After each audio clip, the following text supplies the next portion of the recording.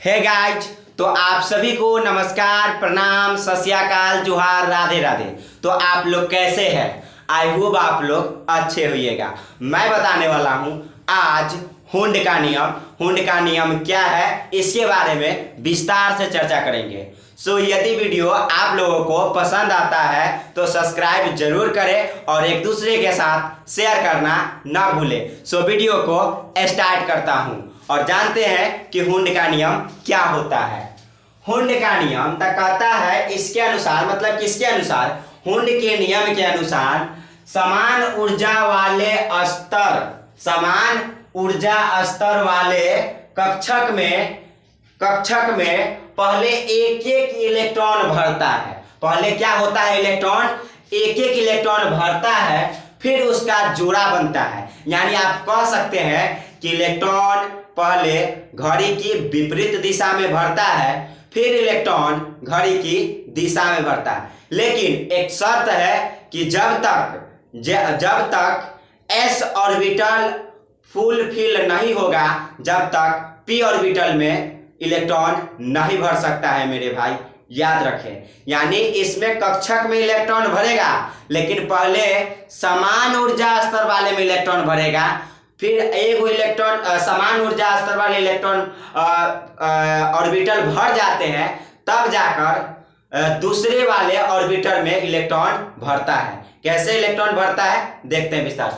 क्या कहा? समान ऊर्जा स्तर वाले कक्षक में पहले एक एक इलेक्ट्रॉन भरता है, फिर उसका जोड़ा बनता है। यानी इलेक्ट्रॉन कक्षक में पहले घड़ी की विपरीत दिशा में भरता है, फिर घड़ी की दिशा में भरता है।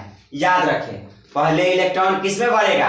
पहले कक्षक में घड़ी की दिशा में, घड़ी की विपरीत दिशा में, फिर घड़ी की दिशा में। जैसे इलेक्ट्रॉन की हम बात कर ले, तब पहले इलेक्ट्रॉन जो है कैसे भरेगा? तब पहले इलेक्ट्रॉन कुछ यूं टाइप से भरेगा। अगर मान लीजिए कि हम दो को इलेक्ट्रॉन ऐसे भर दिए इस टाइप से, फिर इसमें भर दिए, तो ये गलत नियम है मेरे भाई। क्योंकि जब इलेक्ट्रॉन जब भरना है तब पहले ये यहाँ भर गया इलेक्ट्रॉन, तो यहाँ भी भरना होगा। तो ये नियम गलत है भरने का। सही नियम क्या होगा? तो सही नियम कुछ यूं टाइप से, जैसे 3 गो ऑर्बिटल है ना, तो 3 गो ऑर्बिटल है, तो इसमें मैक्सिमम आप 6 इलेक्ट्रॉन भर सकते हैं। कितना इलेक्ट्रॉन भर सकते हैं? 6 गो इलेक्ट्रॉन भर सकते हैं। याद रखें, यदि इसमें इलेक्ट्रॉन भरने का बात होगा तो इलेक्ट्रॉन कैसे भरेगा? इसमें पहले आप ऐसे भरिए घड़ी की विपरीत दिशा में, फिर ऐसे, फिर कुछ यू टाइप से, और फिर इलेक्ट्रॉन घड़ी की दिशा में भरेगा। किस में? ऑर्बिटल में भरा, तो ये रॉन्ग है, ये राइट है। हम एग्जाम्पल के अनुसार और विस्तार से समझते हैं। फॉर एग्जाम्पल हमको सोडियम में इलेक्ट्रॉन भरना है। सोडियम का सबसे पहले इलेक्ट्रॉनिक कॉन्फ़िगरेशन बनाएंगे, इलेक्ट्रॉनिक विन्यास बनाएंगे, तब जाकर ऑर्बिटर में इलेक्ट्रॉन को भर के देखेंगे मस्ती से। अगर मान लीजिए मेरे भाई हम सोडियम की बात करते हैं, सोडियम की पहला एग्जाम्पल हमने यही लिया, सोडियम, जिसका परमाणु संख्या 11 होता है। इसका एटॉमिक नंबर कितना है? 11। अगर इसका इलेक्ट्रॉनिक विन्यास कीजिएगा तो कैसे होगा इलेक्ट्रॉनिक विन्यास? 1s2 2s2 2p6 3s1, यानी कितने हो गया? 2 और 2 4, 6 4 10, 1 11। यानी एक ये हो गया इलेक्ट्रॉनिक कॉन्फ़िगरेशन, यानी इलेक्ट्रॉनिक विन्यास। ये क्या हुआ? सोडियम का इलेक्ट्रॉनिक विन्यास है। अब हमको ये पता होना चाहिए, या आपको यह पता होना चाहिए कि s में कितने ऑर्बिटल होते हैं। तो s वाले सबसेल में, s वाले उपकक्षा में एक ऑर्बिटल, मतलब एक उपकक्षा, एक कक्षा होता है। कितना होता है? यानी s वाले उपकक्षा में एक कक्षक होते हैं। मतलब आप यह कह सकते हैं मेरे भाई कि s में मैक्सिमम 2 इलेक्ट्रॉन भरता है, इसलिए इलेक्ट्रॉन की संख्या की आधी होती है कक्षक की संख्या। याद रखें, यानी इसमें s में 2 इलेक्ट्रॉन भरता है, s में क्या इलेक्ट्रॉन? 2 इलेक्ट्रॉन भरता है, तो इसमें कक्षक की संख्या 1 हो जाएगा। यानी इसमें कक्षक की संख्या कितना हो जाएगा मेरे भाई? तो 1 हो जाएगा। याद रखें, इसमें कक्षक की संख्या कितना होगा? 1 हो जाएगा। लेकिन कक्षक में इलेक्ट्रॉन की संख्या अच्छा, इसमें कक्षक कितना हो सकते हैं? तो पहला कैसे कैसे हुआ कक्षक, तो पहला 1s2 पहला कक्षक हो गया। फिर दूसरा कक्षक होगा, दूसरा कक्षक क्या हो जाएगा मेरे भाई, दूसरा कक्षक होगा ये वाला, ध्यान दे ये वाला है दूसरा कक्षक। तो दूसरा कक्षक कुछ यू टाइप से हो जाएगा, कैसे हो जाएगा, यू टाइप से, ये दूसरा कक्षक हो गया। फिर होगा ये वाला कक्षक, तीसरा कक्षक क्या होगा, तीसरा कक्षक होगा। तीसरा कक्षक मतलब इसमें पी में 6 गो इलेक्ट्रॉन है तो उसका आधा कितना कक्षा होगा, 3 गो। तो 3 गो होगा तो 1 2 3, 1 2 3 हो गया। फिर जाएगा एस वाले सब सेल में इलेक्ट्रॉन, तो इसमें एस में तो 1 गो कक्षा होगा लेकिन इलेक्ट्रॉन की संख्या 2 होगा, लेकिन यहाँ पर 1 है, कितना है, 1 है। लेकिन भरने के वक्त हम एक ही इलेक्ट्रॉन भरेंगे। फिलहाल यहाँ कक्षक की संख्या भी 1 रखेंगे। कितना रखेंगे कक्षक की संख्या, तो कक्षक की संख्या हम 1 रखेंगे, मतलब ऑर्बिटल की संख्या हम 1 रखेंगे। तो आप समझे बात को कि इलेक्ट्रॉन इसमें जो भरा है इसमें 2 इलेक्ट्रॉन है, लेकिन हम कहे कि ये तो सब सेल में न है, उपकक्षा में न 2 इलेक्ट्रॉन है, लेकिन हम कक्षक बनाएंगे, ऑर्बिटल बनाएंगे तो इलेक्ट्रॉन का आधा हो जाएगा। यानी इलेक्ट्रॉन इसमें कैसे भरेगा, तो पहले भरेगा घड़ी की दिशा में, फिर घड़ी की दिशा में भर गया इलेक्ट्रॉन तो भरेगा घड़ी की विपरीत दिशा में, मतलब 2 इलेक्ट्रॉन है तो कुछ आप इस टाइप से भर सकते हैं मेरे भाई। फिर अगर दूसरा ऑर्बिटल की बात करें, 2 नंबर ऑर्बिटल की बात करें तो इसमें कैसे इलेक्ट्रॉन भरेगा, तो इसमें भी 2 गो इलेक्ट्रॉन है, तो एस मतलब एस में 2 गो इलेक्ट्रॉन होता है तो उसका आधा ऑर्बिटल मतलब कक्षक की संख्या 1 होगा।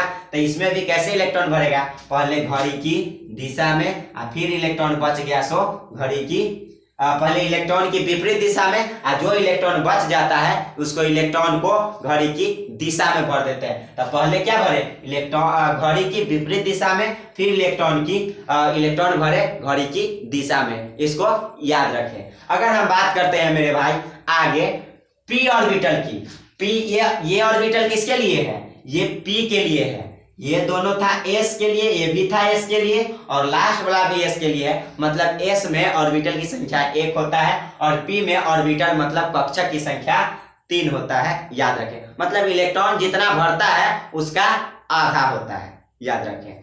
मतलब पी में 6 गो इलेक्ट्रॉन होता है मैक्सिमम, तो उसका आधा कितना हो जाएगा, 3 हो जाएगा कक्षक की संख्या। तो इसमें कैसे इलेक्ट्रॉन भरेगा, तो पहले भरेगा घड़ी की विपरीत दिशा में, याद रखें। तो घड़ी की विपरीत दिशा में ऐसे भरेगा, ऐसे ना भरेगा, घड़ी की विपरीत दिशा में। अब जब घड़ी की विपरीत दिशा में भर जाएगा इलेक्ट्रॉन तब भरेगा घड़ी की दिशा में। तो यहाँ तो 6 गो इलेक्ट्रॉन था ना पी वाले सब सेल में, तो ऑर्बिटल में क्या 6 गो इलेक्ट्रॉन भरना होगा। तो इसमें 6 गो इलेक्ट्रॉन कैसे भरेगा, यानी यहाँ पर भी 6 गो इलेक्ट्रॉन है तो ऑर्बिटल में भी 6 गो इलेक्ट्रॉन भरना होगा। तो पहले आप घड़ी की विपरीत दिशा में भर लिए, जो बच गया इलेक्ट्रॉन उसको घड़ी की दिशा में भरिए। तो यानी जब इलेक्ट्रॉन घड़ी की विपरीत दिशा में भर गया तो जो इलेक्ट्रॉन बच गया है उसको घड़ी की दिशा में भरिए, तो ये हो जाएगा कुछ यू टाइप से। तो हो गया 6 गो इलेक्ट्रॉन, ये भी मतलब पहले घड़ी की विपरीत दिशा में भरा, फिर घड़ी की दिशा में भरा इलेक्ट्रॉन। ओके, अगर हम बात करते हैं मेरे भाई अब लास्ट में एस ऑर्बिटल, एस सब सेल और बच गया है और एक ऑर्बिटल मतलब एक कक्षक और बच गया है मेरे भाई। तो इसमें कैसे इलेक्ट्रॉन भरेगा, तो इसमें मात्र एक ही गो इलेक्ट्रॉन है। कितने इलेक्ट्रॉन है, 1 गो इलेक्ट्रॉन है, तो भर दीजिएगा घड़ी की विपरीत दिशा में काम 35। ऐसा नहीं कि घड़ी की दिशा में भर दीजिएगा, गलत हो जाएगा, इसलिए इलेक्ट्रॉन इस टाइप से भरता है। अगर हम और बात करें मेरे भाई, और भी एग्जाम्पल की बात करें, जैसे हम बात करते हैं मैग्नीशियम का, मैग्नीशियम जिसकी परमाणु संख्या 12 होता है, इसका इलेक्ट्रॉनिक विन्यास निकालिएगा तो कितना होगा मेरे भाई, तो इलेक्ट्रॉनिक विन्यास हो जाएगा 1s2 2s2 2p6 3s2 ये हो गया मैग्नीशियम का इलेक्ट्रॉनिक विन्यास। क्या हुआ, इलेक्ट्रॉनिक विन्यास किसका, मैग्नीशियम का। तो हमको पता है कि पहले समान ऊर्जा स्तर वाले इलेक्ट्रॉन में पहले कक्षक, समान ऊर्जा स्तर वाले कक्षक में इलेक्ट्रॉन भरते हैं, वो भी कैसे, घड़ी की विपरीत दिशा में, फिर घड़ी की दिशा में। तो इसमें एस वाले सब सेल में इलेक्ट्रॉन की संख्या 2 है, मैक्सिमम 2 होता है, तो इसमें ऑर्बिटल यानी कक्षक की संख्या कितना हो जाएगा मेरे भाई, तो 1 हो जाएगा।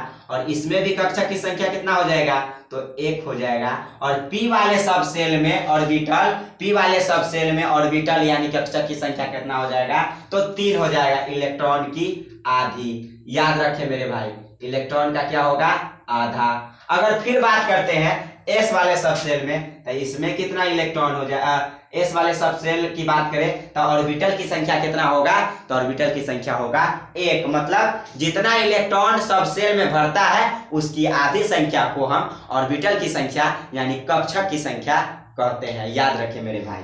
अगर हम बात करते हैं इसमें कैसे भरेगा इलेक्ट्रॉन, तो हुंड का नियम कहता है पहले घड़ी की विपरीत दिशा में भरो। तो घड़ी की विपरीत दिशा में बात करेंगे तो पहले ऐसे भरेगा इलेक्ट्रॉन। अभी भी एस में एक इलेक्ट्रॉन भरे हैं, पहला कक्षक में क्या इलेक्ट्रॉन भरे, एगो इलेक्ट्रॉन। अभी एगो इलेक्ट्रॉन तो बचा हुआ है, तो पहले अभी एगो इलेक्ट्रॉन बचा हुआ है, तो इसको आप घड़ी की दिशा में भर दीजिए, हो गया काम 35। अगर फिर दूसरा कक्षक की बात करें, दूसरी कक्षक की बात करें, तो इसमें एस में क्या इलेक्ट्रॉन भरा है, 2 इलेक्ट्रॉन भरा है, तो इसको भी पहले घड़ी की विपरीत दिशा में भरेंगे और फिर भर जाए तो घड़ी की दिशा में भरेंगे। इसको याद रखें, घड़ी की पहले विपरीत दिशा में, फिर घड़ी की दिशा में। अब पी वाले सब सेल में कितने ऑर्बिटल, 3 ऑर्बिटल होता ही है, इलेक्ट्रॉन जितना भरता है उसकी आधी होता है। तो अगर हम बात कर ले तो इसमें पहले के लिए कैसे भरेगा इलेक्ट्रॉन, पहले घड़ी की विपरीत दिशा में, तो पहले इलेक्ट्रॉन ऐसे भरेगा और फिर भर जाएगा। अभी भी 6 इलेक्ट्रॉन है, लेकिन अभी 3 इलेक्ट्रॉन भरे हैं, तो अभी 3 इलेक्ट्रॉन बाकी है, तो इसको भर दीजिए घड़ी की दिशा में। याद रखें मेरे भाई। फिर लास्ट में जाएंगे तो इलेक्ट्रॉन एस वाले सब सेल में, लास्ट में ऐसे भी एस वाले सब सेल में 2 इलेक्ट्रॉन भरता है, तो उसकी आधी संख्या होगा कि नहीं, ऑर्बिटल मतलब कक्षक की संख्या। याद रखें मेरे भाई। तो कक्षक की संख्या इसमें कितना हो जाएगा, तो कक्षक की संख्या 1 होगा। एस में कक्षक की संख्या 1, पी में कक्षक की संख्या 3 और डी में कक्षक की संख्या 5 और एफ में कक्षक की संख्या 7 होता है। याद रखें मेरे भाई।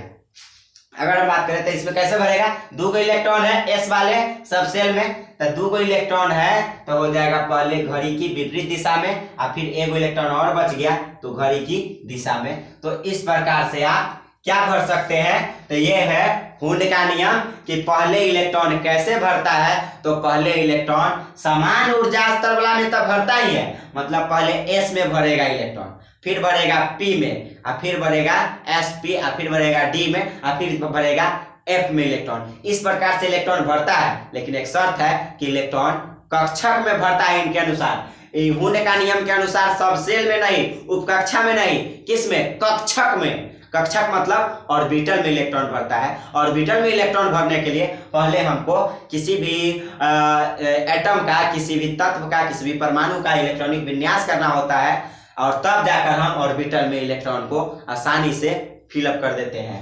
यानी इस प्रकार से हुंड का नियम रूल ही है कि पहले इलेक्ट्रॉन किस में भरेगा, तो पहले समान ऊर्जा स्तर वाले कक्षक में, फिर जाके आगे इसी प्रकार से बढ़ता रहेगा मेरे भाई।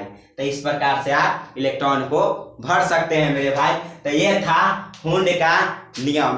तो ये जो हुंड का नियम की वीडियो था, या आप लोगों के वीडियो कैसा लगा कमेंट बॉक्स में जरूर बताएं कि ये वीडियो कैसा लगा। अगर इससे और अधिक विस्तार से बताने को होगा तो और अधिक विस्तार से बताएंगे, लेकिन जरूर बताएं आप लोग कमेंट बॉक्स में कि ये वीडियो कैसा लगा। सो फिर मिलते हैं नेक्स्ट वीडियो में। जब तक के लिए आप सभी को bye bye, take care to all of you.